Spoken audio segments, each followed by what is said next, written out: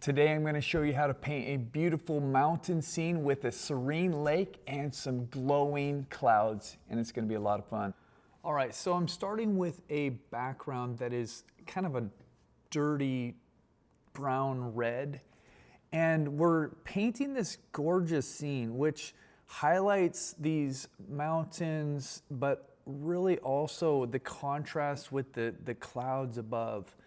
And we have this reflection from a beautiful lake down on the bottom. So I really love the composition here, and that's what I'm getting onto the canvas at the start. And I'm simply using a black paint, which is Mars Black. I've got titanium white, cadmium yellow light, naphthol red, ultramarine blue, and of course this Mars Black that I'm using right now. And I'm simply just drawing with my paintbrush.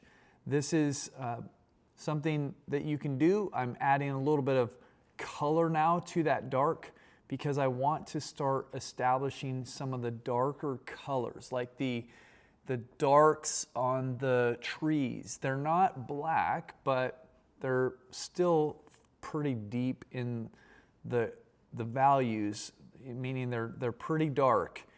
And then we're getting some of these shapes by mixing in a little bit of white.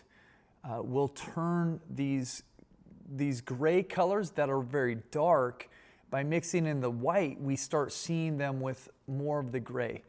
And I just will mix various colors in to shift that gray. So you see earlier I mixed in some red and it made it a little bit more like a brownish gray. Now maybe it's a different, more of a pure blue, but it still has a little bit of that gray mixed in with it, blue and white. I'm mixing in a little bit more of the blue and a little bit of into that green color there. So you're just seeing these variations. Now, I'm also allowing a little bit of the background to show through. I do that often in a painting, but sometimes it creates a different effect depending on the color that is in the background. But you'll notice that there are places and times when you'll see that it's left, and usually it's an intentional decision. As I go and progress in the painting, I will have the opportunity to take that away more. But the important thing here that I often forget to do is to create the reflection at the same time that I'm doing the upper part of the painting. So I'm trying to be careful with that in this and going on the reflection. Now I'm back up, of course, in that tallest mountain back there and providing a little bit of variety in the colors of the gray that's back there, a little bit lighter, and working forward now into this tree, the foreground tree, which provides us just a little bit of perspective here. You know, if we didn't have it, I feel like the composition would be lacking a little bit. So I'm going to exaggerate the warmer yellow greens on this foreground tree, and I'm going to allow that to be pulled toward us a little bit more, and then have the background trees and the background hills be a little more subdued, which will push them back a little bit further and just help us with this perspective here. But these are variations on a theme, you know. This is the warmer green in the back, but if you saw, I mixed in a little bit of white to it. So it's going to be more of a pastel green than the green that's on the tree in the foreground, which is more of a vibrant yellow green. And again, I'm working hard to keep this reflection happening and being put in at the same time, which actually takes quite a bit of effort for me because I love to get lost in my paintings, as I'm sure you will too, or you already do. Just can easily lose the intentionality in a painting, and I think intentionality is actually a very important thing for us. The reflection is essentially the same colors as what it's reflecting, but often what I do is if I'm going to lean in a direction, I'll usually make the reflection just be a tad bit darker if it's not exactly the same. But I usually don't want it to be lighter. I feel like if it's lighter, it's going to draw my eye down there more. And I generally want people to be looking at the subject that's up in the painting. And so that's just a rule of thumb. Now we're finally here to this place where we can get these clouds started. And I've mixed up a nice light grayish color with some blue undertones, you could say, maybe some violet.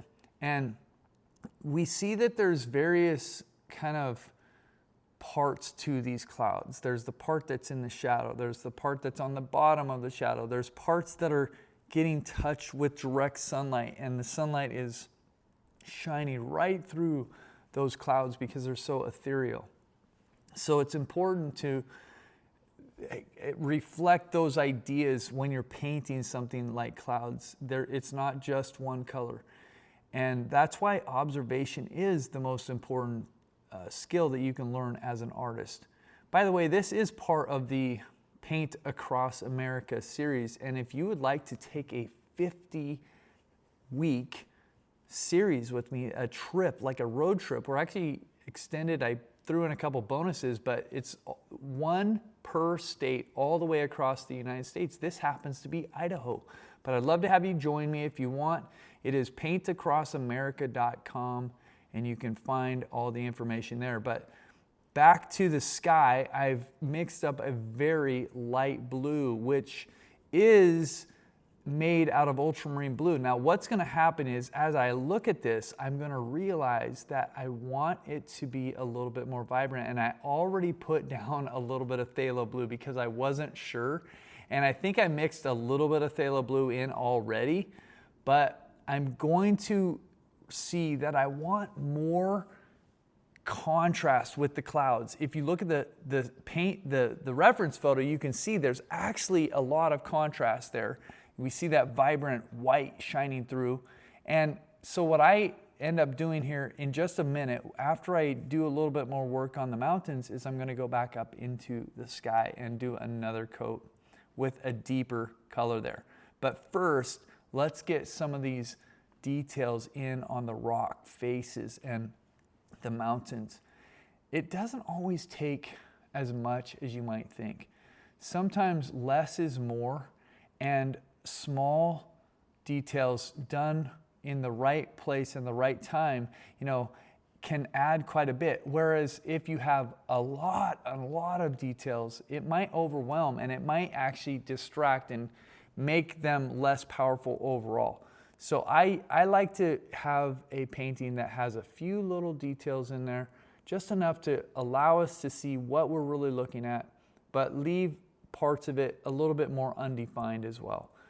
Now, you're the master of your own paintings, and that's what makes it fun, is that you can have your own ideas.